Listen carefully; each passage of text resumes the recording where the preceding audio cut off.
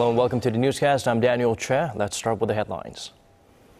President Park Geun-hye held a rare meeting of top security officials Tuesday to discuss North Korea's recent testing of a submarine-launched ballistic missile. During the meeting, the president reportedly called for a stern response to North Korea if provoked. Korea's two main rival parties passed a series of economy-related bills this afternoon and adopted a resolution denouncing Japan's efforts to distort history. Korea's key economic organizations and related ministries held a meeting on economic diplomacy with a focus on ways to expand into the global market. We start with breaking news from outside of Korea. Another massive earthquake struck eastern Nepal earlier today following a devastating quake that killed more than 8,000 people a little over 2 weeks ago. The U.S. Geological Survey says the quake had a magnitude of 7.3 and hit the town of Namche Bazar close to Mount Everest. The quake late last month had a magnitude of 7.8. Tremors were felt across northern India and as far away as the capital, New Delhi. The American agency says the quake struck at a depth of 18.5 kilometers. Reuters reports that according to an aid group there, 4 people are dead after the quake destroyed several buildings in Chautara, east of the capital, Kathmandu. We will bring you more updates in our later newscast. Tensions continue to mount over North Korea's recent experimental firing of a submarine-launched ballistic missile. In an indication of how seriously South Korea is taking the development, the presidential office of Cheongwade convened an emergency meeting today. Our Na Young-kyung has more. North Korea test firing a submarine-launched ballistic missile poses a serious challenge to East Asia's stability. Those are the words of President Park Geun-hye at an emergency meeting on Tuesday with members of her cabinet, including Defense Minister Han Min-gu. Presidential Office spokesperson Min Kyung-wook noted after the meeting that the president had ordered the military to be ready at all times and strike back in the event of an attack from the north. President Park also asked the related ministers to develop countermeasures, saying with a little improvement, South Korea's missile defense systems, namely Kill Chain and the Korea Air Missile Defense System, both currently in development, will be able to protect the country. The South Korean military, in the meantime, is planning on expanding its anti-submarine warfare capability. An unnamed government official said Tuesday that the military will focus on improving its underwater listening posts, which help detect and track submarines, and enhance its sonar technology. The official also said it plans to modernize Navy destroyers' detection equipment to low-frequency, high-power sonar systems. Responding to calls for Seoul to work more closely with the U.S. and Japan, the official noted that the threat posed by the North's SLBM test launch will be tackled at a three-way meeting between the defense chiefs of South Korea, the U.S. and Japan at an annual defense dialogue in Singapore later this month. Na Hyun-kyung, Arirang News. The National Assembly passed 3 economy-related bills on Tuesday and adopted 2 resolutions involving Japan, one denouncing the Prime Minister and another condemning Tokyo for its attempts to win UNESCO recognition for wartime facilities. For more, we turn to our Kim Young-gil. Lawmakers passed 3 economy-related bills at the National Assembly on Tuesday afternoon. The biggest issue on the table was a bill to revise the tax code, which drew a strong backlash from taxpayers when it was adopted last year, because many workers had to pay more in tax instead of getting refunds. The law revision will give salaried workers a larger tax refund than they would have gotten with the current law. It is expected to benefit more than 6 million workers, and companies will file for the refund for their workers and include it in their salaries for May. The total amount to be refunded is expected to be more than $400 million. One of the other 2 bills passed Tuesday allows local governments to issue bonds to finance free childcare programs. The other bill seeks to protect commercial building tenants. Lawmakers will vote on another 60 livelihood bills at another session at the end of the month. Lawmakers also adopted 2 resolutions denouncing Japan. The first condemns Japan for trying to list coal mines, shipyards, and other industrial facilities as UNESCO World Heritage Sites. The list of facilities includes 7 sites where Koreans were forced into labor during World War II. The second resolution denounces Japanese Prime Minister Shinzo Abe for failing to issue an apology for Japan's wartime sex slavery program during his address to the U.S. Congress last month. Abe made no direct mention in the speech of Japan's sexual enslavement of Korean, Chinese, and other Asian women, foregoing a chance to resolve a long-standing historical issue with Japan's neighbors. Kim Hyung-gil, Arirang News. And speaking for the first time since the National Assembly failed to pass a bill to reform Korea's public employee pension system, President Park Geun-hye said it is the most urgent task at hand, adding the bill should get the green light during this month's Assembly session. Our Choi Yu-sun reports. At Tuesday's cabinet meeting, President Park called on the country's main rival parties to approve a proposal to reform the public employee pension system to avoid leaving future generations with a pile of debt. She compared the deficit-ridden system to a time bomb that will eventually explode and wreak havoc on taxpayers if the reforms are not carried out, which will increase the financial burden on the public. 우리나라 미래는 어떻게 될 거며 또 우리 재정은 어쩔 건가 이런 거에 대해서 심각하게 생각을 해야 한다고 봅니다. 이것만 생각하면 한숨이 나와요. She also reiterated her opposition to linking a plan to reform the National Pension Fund to the public servant pension reforms, saying more time is needed to discuss the economic and social effects of increasing the national pension coverage to 50% of a subscriber's average income. The ruling and opposition parties continue to lock horns over this issue. In fact, the president took direct aim at the opposition's demand to include the national pension increase in the reform bill. While the opposition suggests a different calculation, the presidential office says raising the coverage to 50% of a person's average income will lead to additional taxes in the amount of $1.5 trillion. 빚을 줄이는 노력을 외면하면서 국민한테 세금을 거두려고 하는 것은 너무나 염치가 없는 일입니다. It was a rare show of frustration from the president, who has urged swift passage of reforms to the public pension system. It's likely that she will not try to turn public sentiment away from the main opposition party's push to link the national pension coverage to the reforms by highlighting the potential strain on state finances and the increased taxes on the public. Choi Yu-sun, Arirang News. Meanwhile, former Prime Minister Wankoo will appear at the prosecutor's office for questioning on Thursday morning over a widening bribery scandal that's rattled the political arena.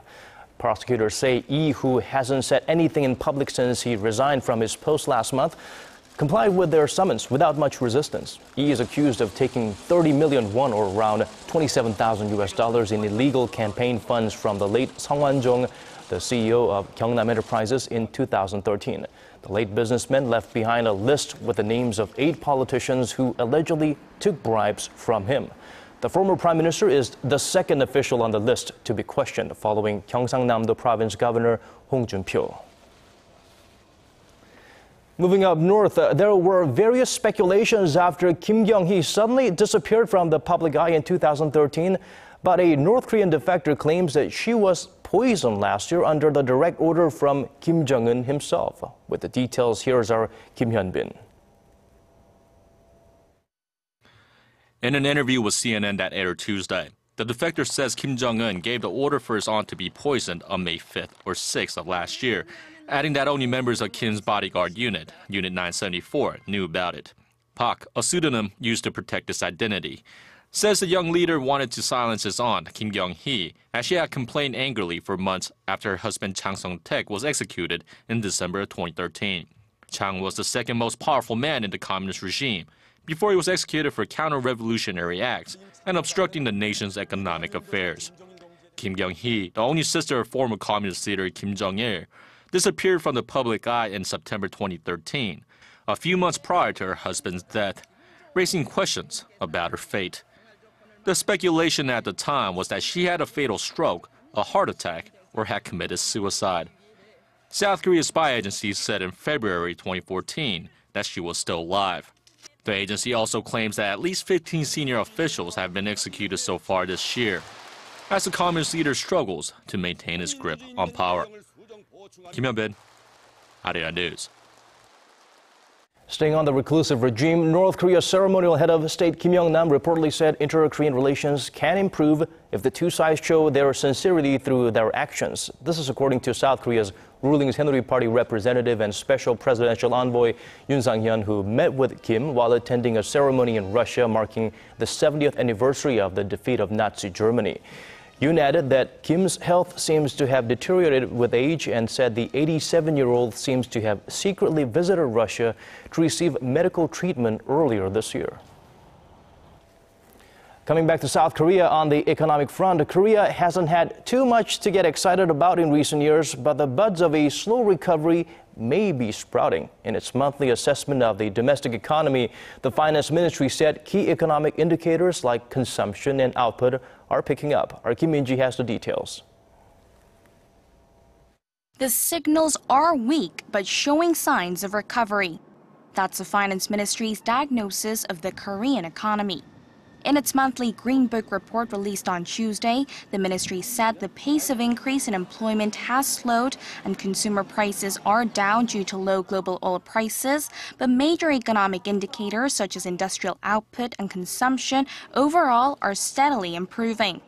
The report shows private consumption rose 0.6% in the first quarter of this year from the previous quarter, while it rose 1.5% from a year earlier. Department store sales edged up 1.5% in April from a year ago, while credit card transactions jumped over 15%. Sales of domestically produced vehicles saw a nearly 3% rise from last month from a year ago, while gasoline sales also jumped around 9%. There's a low base effect due to the Seoul Fair disaster last April, but looking at the trend since then, the economy is showing signs of improvement. The government has lowered the key interest rate 3 times since last August, and its stimulus measures are bringing about a slow recovery. And that will likely continue into the second quarter. However, the expert also pointed to the weak Japanese currency and delays in the recovery of major economies as external factors that could weigh on the economy moving forward. Those factors have already lowered the competitiveness of Korea's exports, once the pillars of the economy, and data show that exports fell more than 8% in April from a year ago. Kim Min-ji, Arirang News. The Korean economy can only be developed by benchmarking the global market as it has done in the past. Those were the words of President Park Geun-hye at a meeting on economic diplomacy on Tuesday, attended by key economic organizations and related ministries such as the Ministry of Trade, Industry and Energy. They discussed ways to expand the accomplishments made abroad, with President Park proposing 3 main directions. She said small and mid-sized companies should play a leading role in exports, new industries have to be explored, and exports in manpower, culture, and software need to be strengthened. Korea's overseas direct investment rose 5.2% from the previous year during the first quarter. The Ministry of Strategy and Finance said Tuesday that Korean companies invested a total of $7.72 billion abroad from January to March. A huge chunk of the investments were made in North America, including the United States, at nearly 40%, followed by Asia and South America. By industry, retail and wholesale investments jumped more than 3 times from the same period last year, with more Korean businesses investing in the United States and Singapore. A ministry official says Korea's overseas direct investment is expected to increase this year as the global economy regains its growth momentum.